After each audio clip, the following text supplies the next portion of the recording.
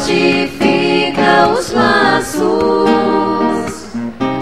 de uma família e nos liga ao Pai em plena harmonia.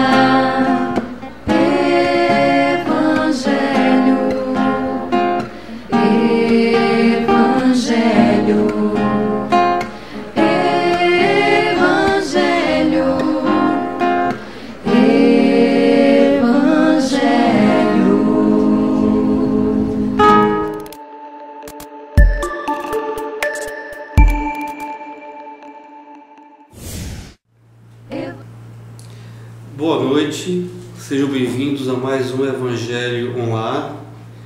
Como de costume, peguem sua água para fluidificar. Quem quiser também acompanhar e tiver em casa o Evangelho segundo o Espiritismo, abra no capítulo 5º, Bem-aventurados aflitos, e o item será o 20. A felicidade não é deste mundo. Hoje temos a grata satisfação de receber aqui o André Luiz, do Grupo Espírita Ave Luz, e a nossa amiga Glória Rocha, aqui da Federação Espírita Paraibana também. Meu nome é Paulo Eucanã e vamos juntos então a mais um Evangelho Online.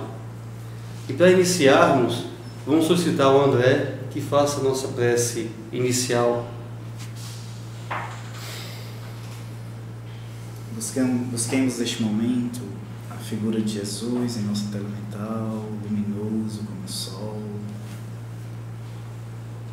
trazendo-nos sua energia vigorosa de amor,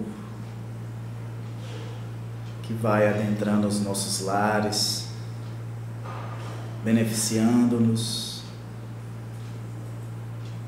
Senhor Jesus, nós vos rogamos a presença, Senhor, para que as nossas vidas sejam lastreadas no Teu Evangelho. Envolve-nos em Tuas vibrações amorosas.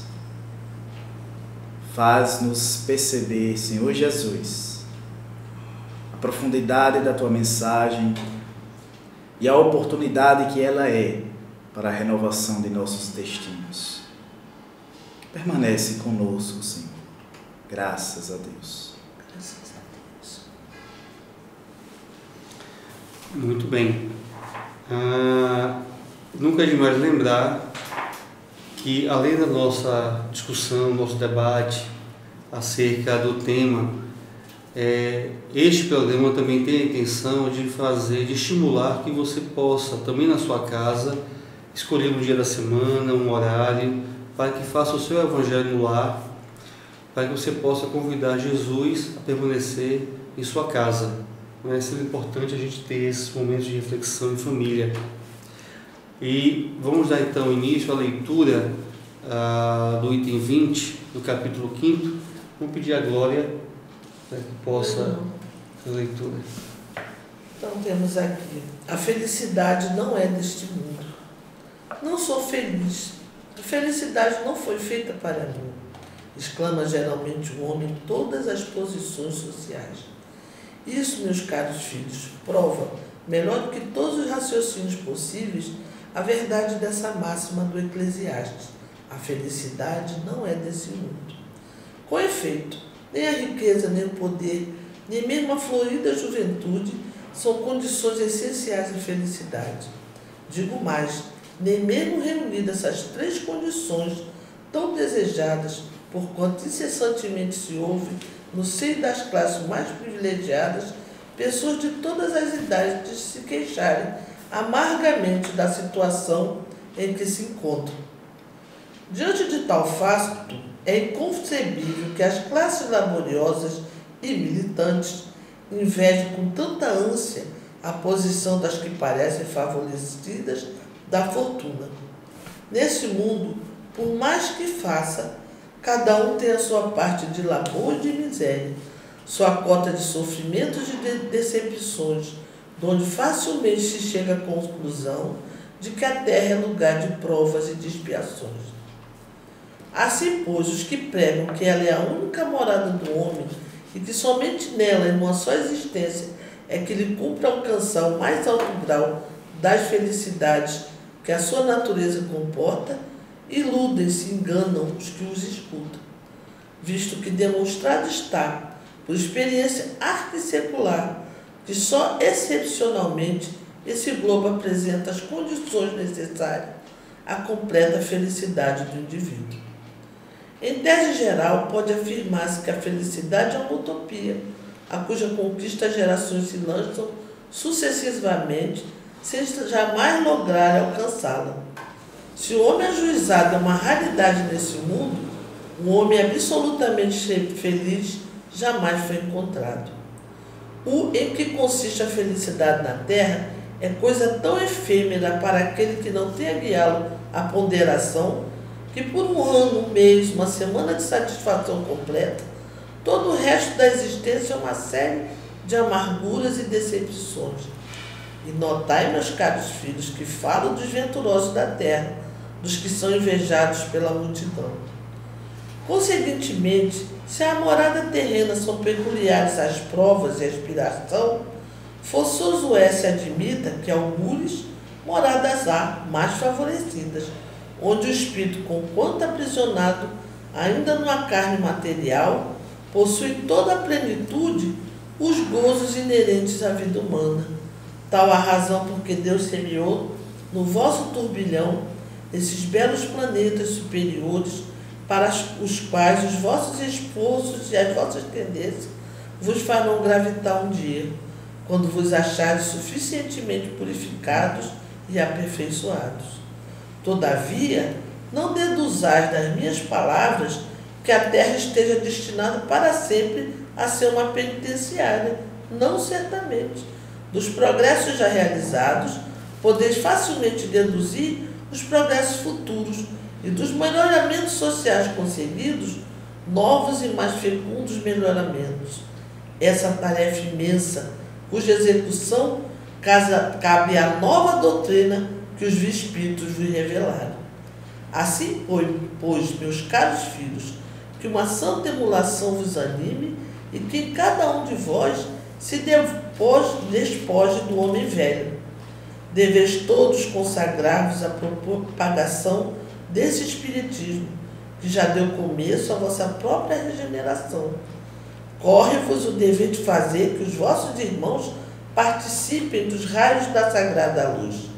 Mãos, portanto, à obra, meus muito queridos filhos, que nessa reunião solene todos os vossos corações aspirem a esse grandioso objetivo de preparar para as gerações por vindouras um mundo no qual já não seja vã a palavra felicidade.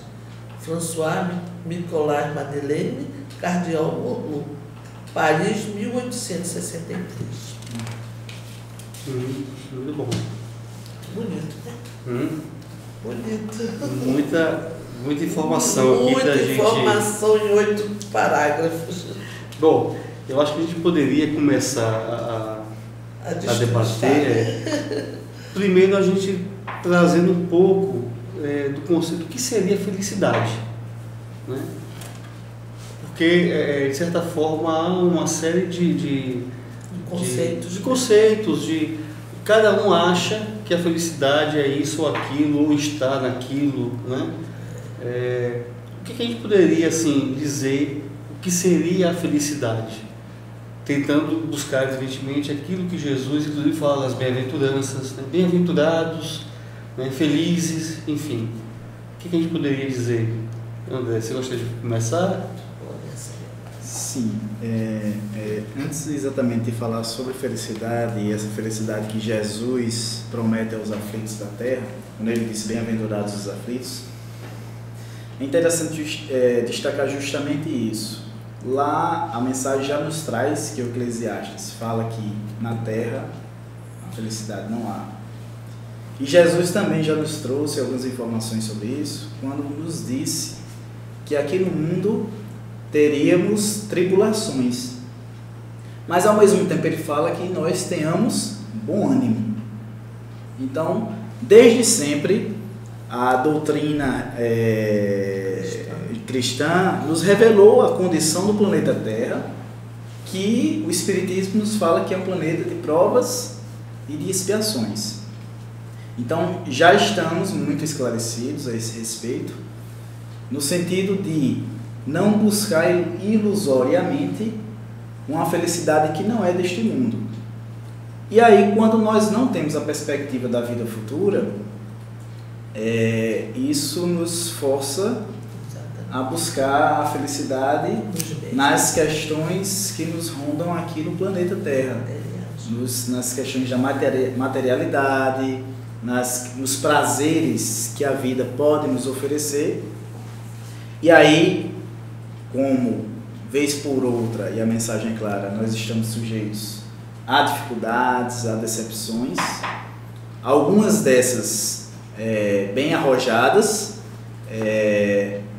podem nos levar a, vamos dizer assim, a frustração, não atingir a felicidade. Alguns aparentemente atingem essa felicidade. O que fazer? E isso aí gera graves problemas, grandes conflitos íntimos, que podem levar a consequências muito graves. Alguns até se suicidam, porque diante de problemas que consideram insolucionáveis, né, veem na morte, que na verdade é só a morte do corpo físico, mas sem a visão da vida futura, o materialismo ele nos leva a crer que só somos esse corpo físico, não temos vida após morte. As pessoas têm, né, recorrido ao suicídio como solução para seus problemas. E outros tantos problemas que nós temos que vencer, são desafios, o exemplo da depressão, né, os grandes problemas da alma humana, que sem a perspectiva da vida futura, da pré-existência do espírito, a existência corporal, não temos como entender. Então a gente precisa alargar o nosso horizonte sobre a vida futura, né, quando Jesus nos promete a felicidade a partir da superação de nossas dificuldades aqui na Terra e a consequente vivência desse estado íntimo de contentamento, de felicidade na vida espiritual. Porque a Terra, é muito claro, isso é um planeta de provas e de expiações. Eu não quero dizer com isso, Glória, Paulo, que estamos fazendo apologia ao sofrimento. Não. De jeito nenhum. Deus não criou. Né? Nós não fomos criados para o sofrimento. Nós só aqui sofremos algumas consequências dos nossos próprios atos, porque somos construtores de nossos destinos, mas que precisamos, a partir de já, reconstruir, né, reparar as nossas dificuldades. Não adianta a gente ficar se lamuriando em torno das dificuldades. Tudo vai da ignorância da vida, né? A maior parte do planeta nem ouviu falar nisso aqui. Não é verdade? Não conhece o mecanismo. Não conhece esse mecanismo. O que estamos vendo agora, né, do planeta, essa conturbação, né, tudo que ele falou, lindo, mas a metade da população não sabe. Então a gente ou até mais, né? Até mais. É por isso que o cardeal Morlot, que é o François Nicolas Madeleine, ele nos convoca, nós que já temos essa informação na mão, a divulgação disso. Porque isso já nos consola, isso já nos preenche, isso nos traz resignação, até para alguns que são materialistas, inconcebível. Até o Espírito de Verdade fala que essa crença na vida futura nos dá essa paciência diante das dificuldades, das aflições, que, poxa, o cara sofre e mantém-se sereno. O que é isso? Então a gente precisa justamente levar essa mensagem que já está em nossas mãos, é um tesouro que Jesus veio, prometeu, não para os espíritas, ele prometeu para toda a humanidade esse Consolador. E a gente precisa espalhar essa mensagem. Eu me recordo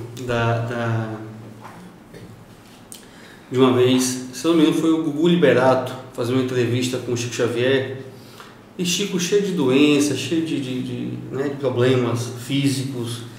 E ele perguntou assim: Chico, você é feliz? E Chico, na sua sabedoria, respondeu assim: eu sou muito feliz. Eu como 3 vezes ao dia. Né? E eu fiquei refletindo sobre aquela resposta de Chico. E na minha interpretação, eu disse assim: poxa vida, esse espírito, em termos de matéria, o que ele realmente precisa é tão somente da alimentação para sustentar o corpo. Né? Ele está desapegado, ou está quase completamente desapegado à matéria, e realmente assim, só a alimentação é que é necessária para que ele possa passar por aqui, pelas provas, enfim, que ele precisa para evoluir. Né? E aí veio à mente exatamente essa questão, né, de onde estaria a felicidade. Se a gente for recordar, por exemplo, de Sócrates, né, que mesmo com a possibilidade de fugir do cárcere, quando condenado à morte, ele disse: mas eu não estou preso. Né? A minha consciência, ninguém consegue prender. Né? Então, um espírito desse que já tinha consciência plena do que é a vida futura. Né? Se a gente pega Estevão, em Paulo e Estevão, Saulo, no caso, né, no apedrejamento, não consegue compreender aquela fé, aquela amorosidade que o apedrejado tinha para com ele, porque tinham a convicção da vida futura, né, que a vida continua sem interrupção. Então, essa questão, eu queria até que a gente comentasse um pouco mais sobre essa questão da matéria, porque como nós ainda somos um planeta muito vinculado à matéria, nós ainda somos muito apegados a ela, parece que ela nos traz uma frustração, porque por mais que você consiga ter, sempre tem um vazio. Né?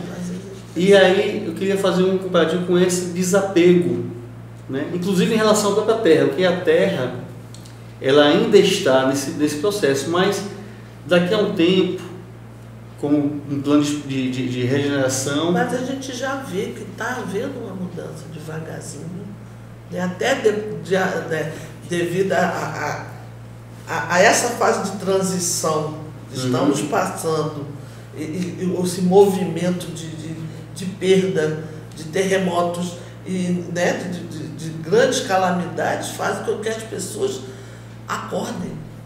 Estão acordando para fazer algo para o outro. Coisa que muita gente, há algum tempo atrás, as pessoas estavam... O que leva o materialismo?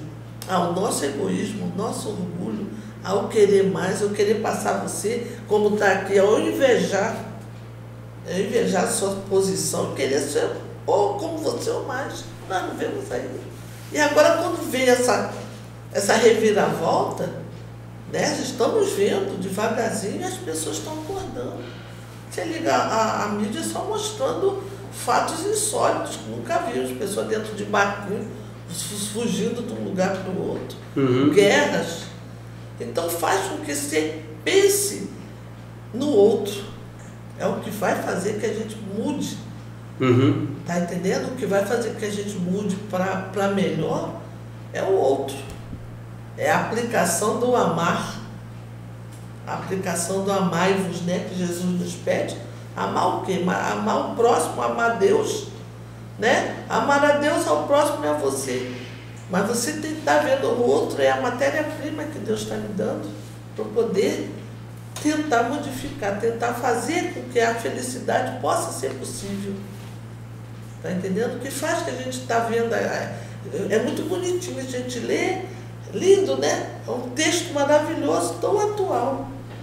As pessoas ainda lutando para querer, correr atrás, quero mais, né? E sendo estimulados pela mídia, estimulados para vencer o poder. Então, Uma educação, você vê as crianças agora, o que você vai educar seus jovens?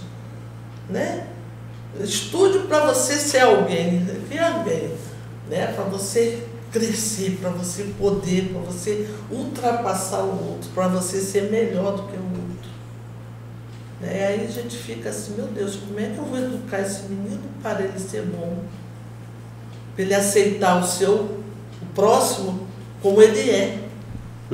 Como ele se nos traz, que Deus nos deu aquela criatura para que a gente não engolir, modificá-lo, mas amá-lo. Né?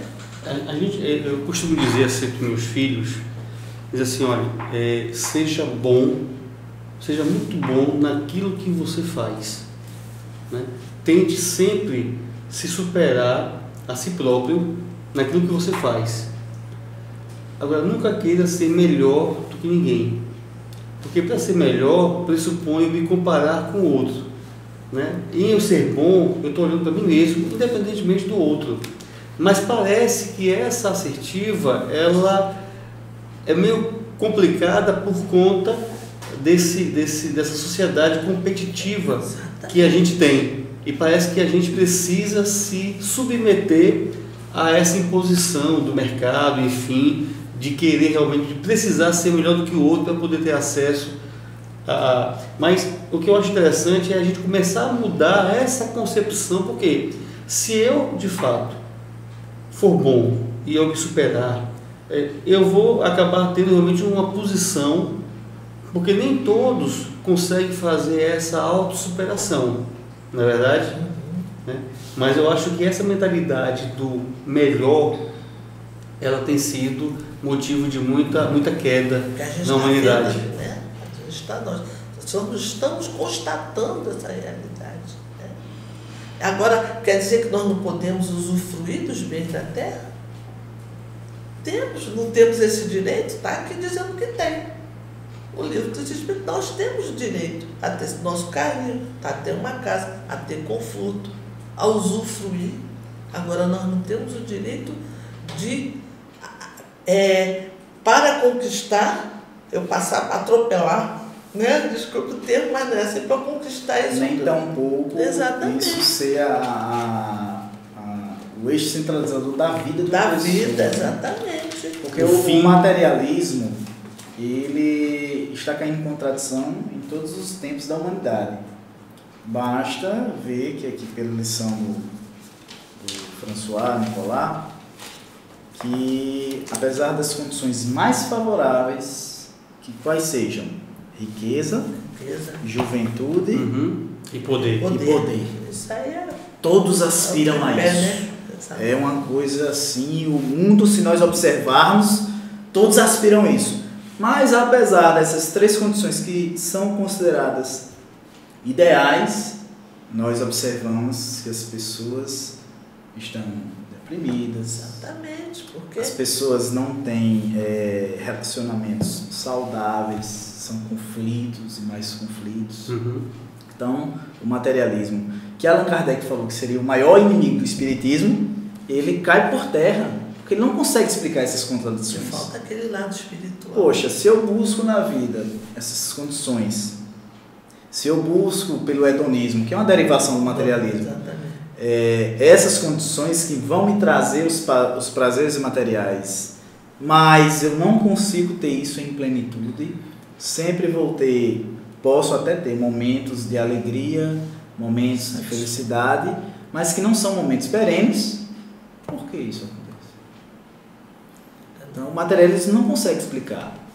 E aí vem justamente Jesus para nos trazer a sua mensagem de renovação e o Consolador prometido por ele, que vem esmiuçar todo esse processo, que é um processo reeducativo. Nós somos almas em processo de reeducação íntima. A gente entender isso, né? A nossa finalidade aqui na Terra, isso já nos dá uma serenidade, nos dá resignação. Cai aquele conceito do castigo. Você está sendo castigado. Não, você está sendo reeducado. Você está aqui para melhorar, para quando voltar em outra, né, você ainda vem melhor. Então começa da agora. Agora que começa nosso processo para ser feliz, né? É devagarzinho, lógico que você não vai mudar de repente, mas você já pode ser feliz aqui. Como disse o André, você já vendo aquele outro lado, o lado espiritual, que ninguém pensa nele, nós só vemos o lado material da vida, esquecemos que somos seres espirituais. Aliás, nós nem sabemos. Muitos de nós não sabem o que é um espírito. Não é verdade? Nós não criamos, não fomos educados. Uhum. Não é verdade? Com esse conceito. Você já foi ou não. Esse aqui é de berço. Uhum. Né? Você deve ser também. Uhum. Eu aprendi isso há 30 anos atrás, ou 40, e eu sou um espírito engraçado. Não sabia. Quer dizer, como é difícil, e outras pessoas bem mais velhas do que eu. E aquelas coisas que são pra gente tão óbvias, e a gente acha que o outro deve saber também. Não, é muito difícil você passar para uma pessoa com mais de 60 como eu, que nunca ouviu falar nisso, você levar essa mensagem. Aproveite, você ainda está encarnado, vamos correr, né? Vamos aproveitar essa encarnação, né? Porque está na hora. Então as pessoas ficam assim, essa mulher está doida, né? Não, a verdade é essa. Não é verdade? Eu vou só colocar aqui uma participação do Antônio José Araújo, daqui de João Pessoa. Ele diz assim: a felicidade está na caridade e no amor ao próximo, fazer feliz os outros e ser feliz, né? Aí aí a gente vai ter inúmeros exemplos de pessoas que vivenciaram. Aqui a gente pelo menos coloca à tona, né, a Madre Teresa de Calcutá, né, por exemplo, né, que tem um bocado de anônimos, viu? Sim, graças a Deus tem muitos anônimos, porque infelizmente ainda no nosso pensamento bastante ainda violento, egoísta, orgulhoso da sociedade, isso não dá ibope, né? A mensagem do amor, o bom exemplo, né? O que dá realmente, o que chama a atenção das pessoas ainda é a violência, ainda é tudo aquilo de negativo na vida, que se você realmente parar para ver um telejornal, seja qual for, e se você pegar um caderninho e colocar 2 colunas, matérias positivas, matérias de teor negativo, você vai ver então qual é a porcentagem, né, de um e do outro. Mas é que eu digo, próprio dessa fase de transição que nós estamos passando, a gente sabia que iria acontecer isso. A gente está vendo desencadear, né? Assim, parece que estão desnovelando assim, você vai vendo cada menino, que é isso, né?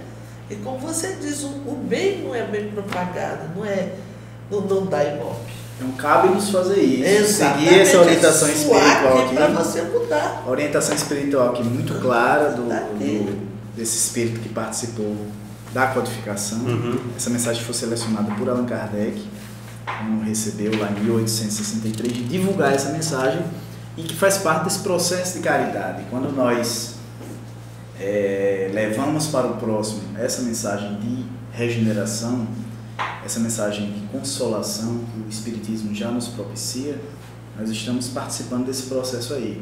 Então, quantas pessoas hoje são infelizes porque ainda não tiveram acesso à mensagem do Consolador?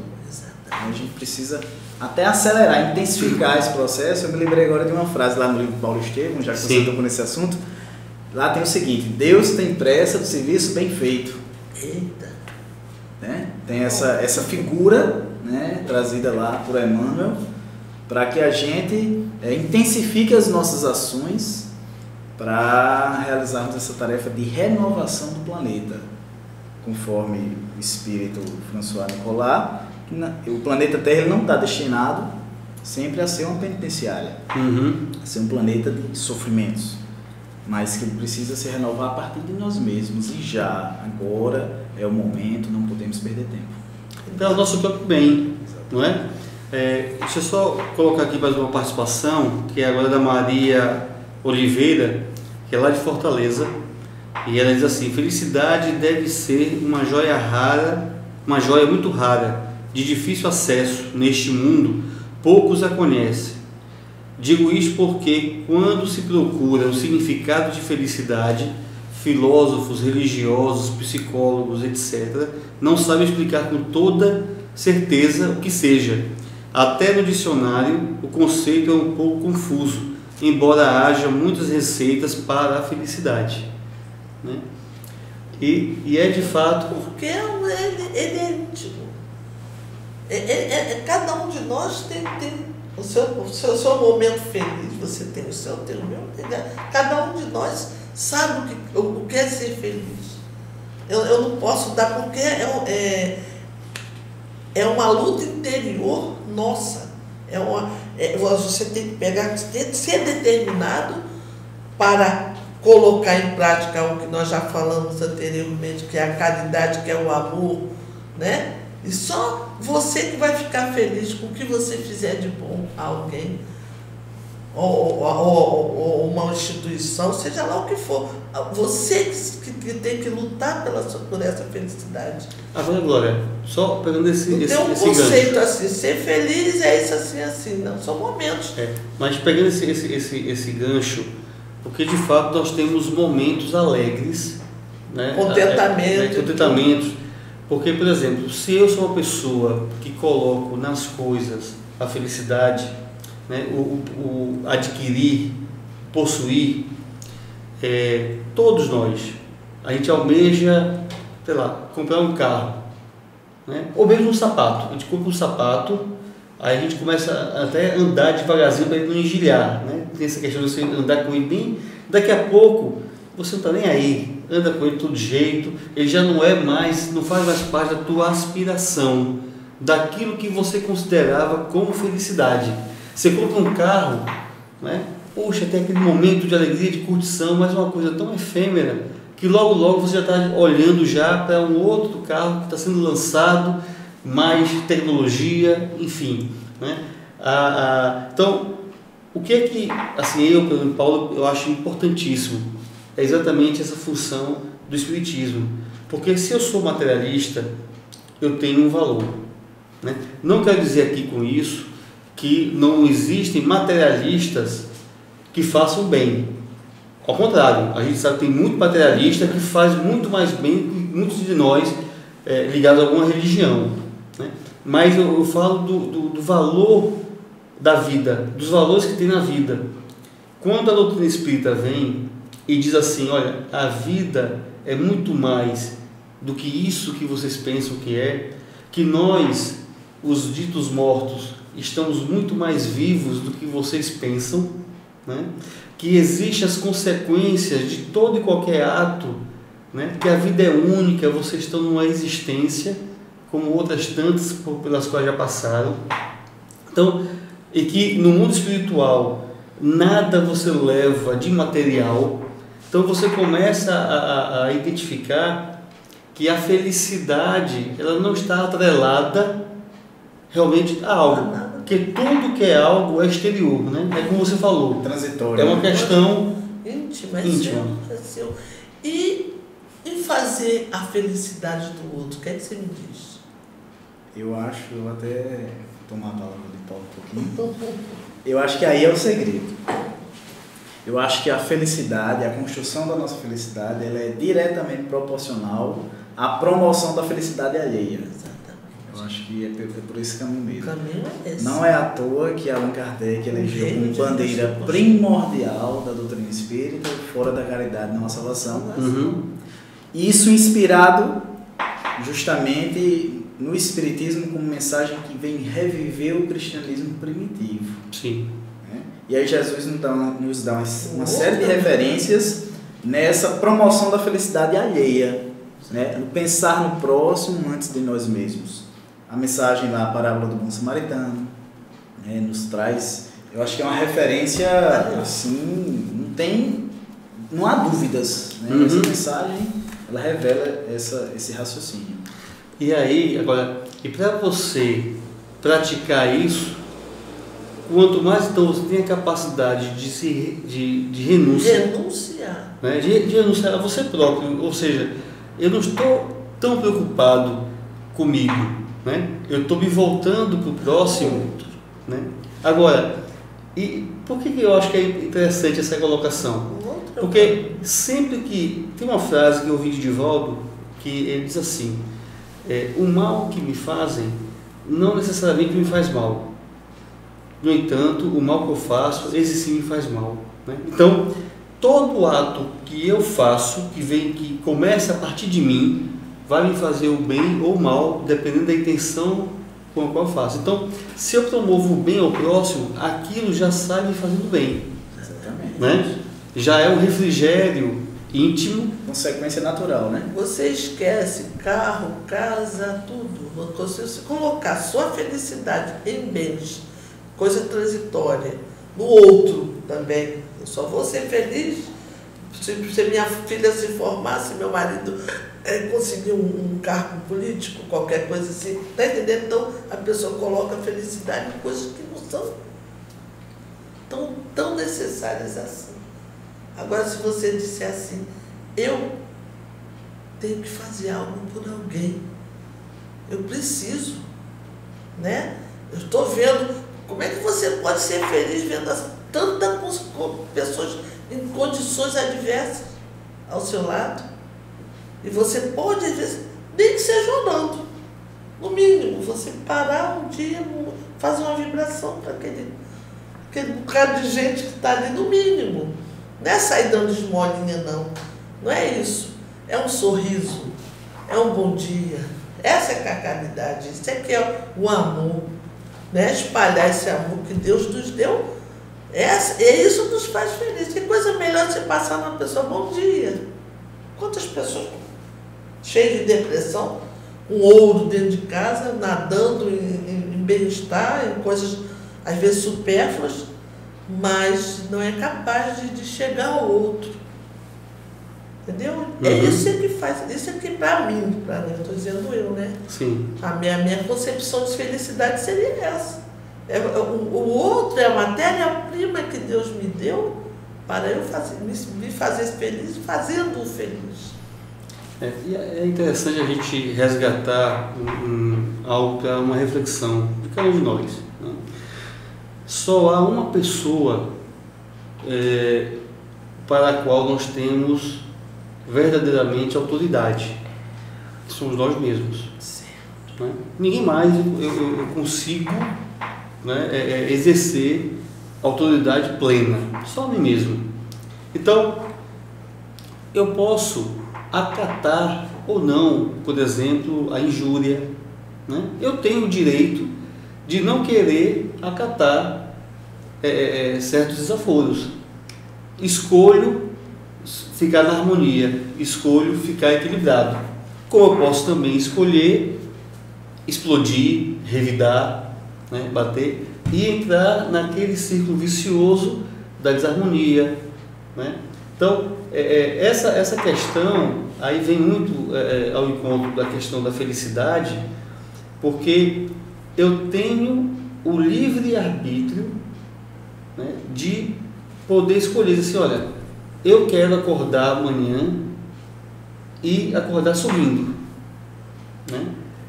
Apesar das dificuldades, né? E aí é importante também que a gente perceba, cada um faça a sua reflexão, que quantas noites, quantas dores de cabeça, quantos pensamentos aflitos, exatamente pelo ter, né?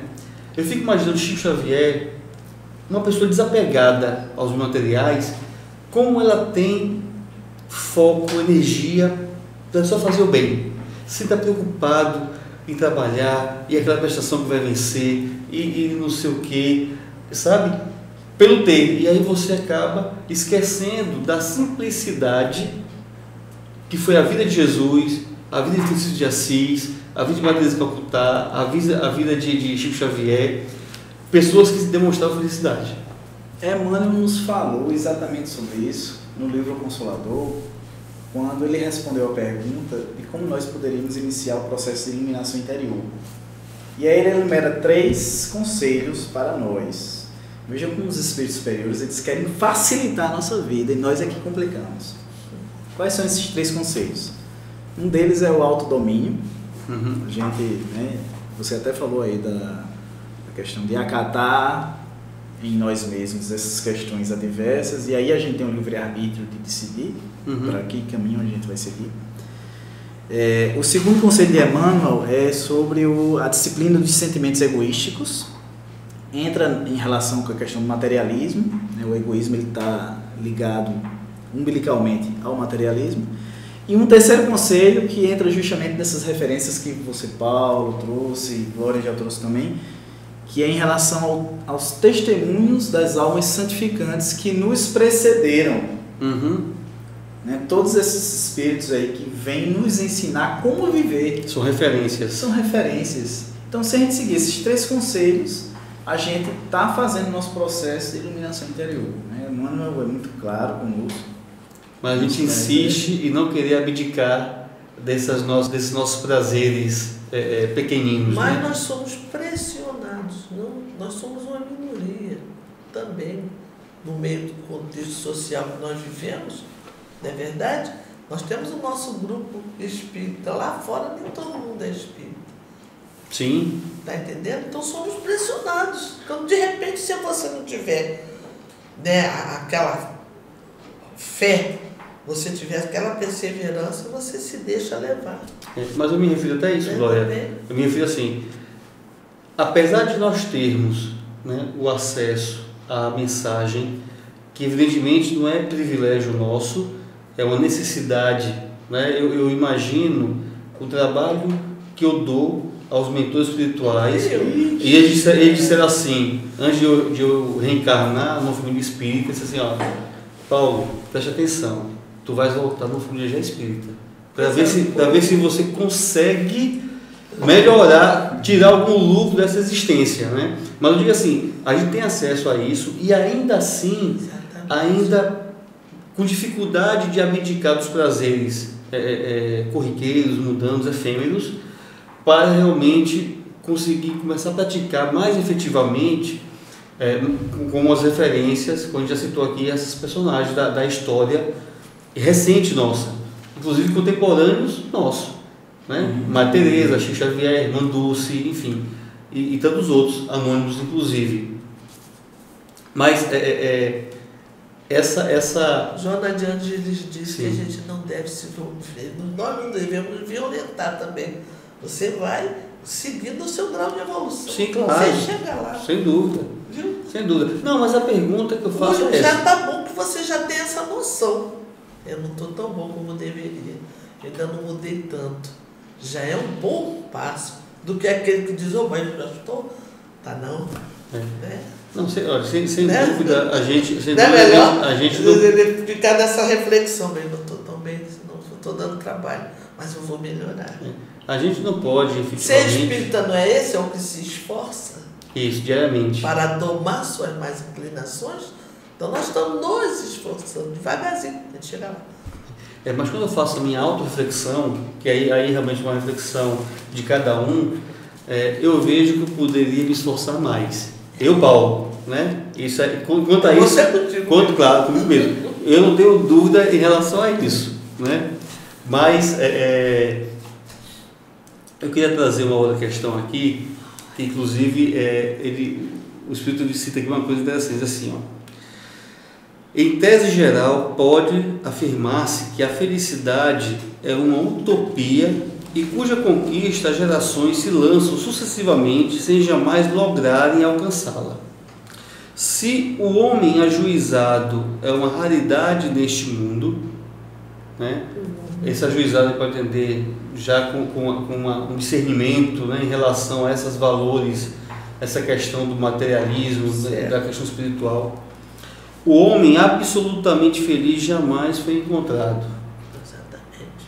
Né? Por causa da condição do nosso planeta, de provas e expiações. Nós não somos tão bonzinhos como gostaríamos de ser, não. Nós estamos apropriados a esse mundo. Graças a Deus estamos aqui. Eu acho que é uma bênção. Já estamos aqui, Já né? estamos aqui. A referência aqui é interessante, considerando a Terra como um planeta de provas e expiações, mas não sendo um estado permanente. Permanente, nós já estamos já. Essa felicidade na condição de planeta de provas e expiações realmente é uma utopia. Nessa condição, né? Na condição atual. Eu gostaria, a gente já está no horário, está um pouquinho estourado. Corre-vos o dever de fazer que os vossos irmãos participem dos raios da sagrada luz. Mãos, portanto, a obra, meus muito queridos filhos. Está na hora. Porque a doutrina espírita, ela não pertence aos espíritos, pertence à humanidade. Né? É uma ferramenta poderosíssima para a gente mudar a nossa concepção, os valores, né? Inclusive com relação à felicidade. Né? E eu, assim, para a gente encerrar aqui o nosso Evangelho lá, eu lembro de uma pergunta que Divaldo fez a Bezerra de Menezes sobre o que era felicidade. Né? E Dr. Bezerra cita que quando ele desencarnou, ele foi acordado no plano espiritual por Celina, a mensageira de Maria Santíssima. Né? Ele acorda e diz: Celina, é você, e vê chegar amigos que vão recebê-lo. Mas ele fica escutando um barulho de vozes que estava fora do recinto em que ele se encontrava, e ele diz assim: Celina, que barulho é esse? E ela diz assim: venha ver. Ela o ajuda, né, ainda cambaleante no processo do desencarne, e o leva até uma sacada. E lá ele vê uma multidão de espíritos que ali, felizes pela chegada do Dr. Bezerra, orando, vibrando por ele, agradecendo, e ele olha e diz assim: mas Celina, quem são? Não os reconheço. Né? E ela diz assim: esses são aqueles que você enxugou as lágrimas, né? Que você fez o bem, sem saber. Como ele falou, que a felicidade é isso, fazer os outros felizes, ajudar. Né? Bom, gente, então a gente chega aí ao final, a gente espera ter contribuído, né? Agradecemos a participação mais assim efetiva do Antônio, da Maria Oliveira. Esperamos que todos possam retornar na próxima quinta-feira, às 8 da noite, para mais um Evangelho Lá. E vamos pedir então a Glória para fazer a nossa prece final de agradecimento. Amado Jesus, nós te agradecemos a oportunidade que nos deste nessa noite de estudarmos esse Evangelho que nos esclarece tanto a respeito das nossas obrigações ainda a fazer nessa encarnação. Permite-nos, Senhor, continuar firmes, procurando a nossa felicidade e daqueles que nos cercam, fazendo o melhor que pudermos em benefício de todos. Agradecemos a espiritualidade amiga que aqui esteve presente junto a nós e a atenção daqueles que conosco comungaram desse banquete de luz, de bênçãos. Permite, Senhor, que a noite de hoje possa trazer a todos os nossos companheiros de trabalho muita luz, muita paz, e continuemos firmes naquilo que nos propusemos a fazer nessa encarnação: trabalhar, renunciar e, acima de tudo, amar. Obrigada, Jesus. Graças a Deus. Que assim seja.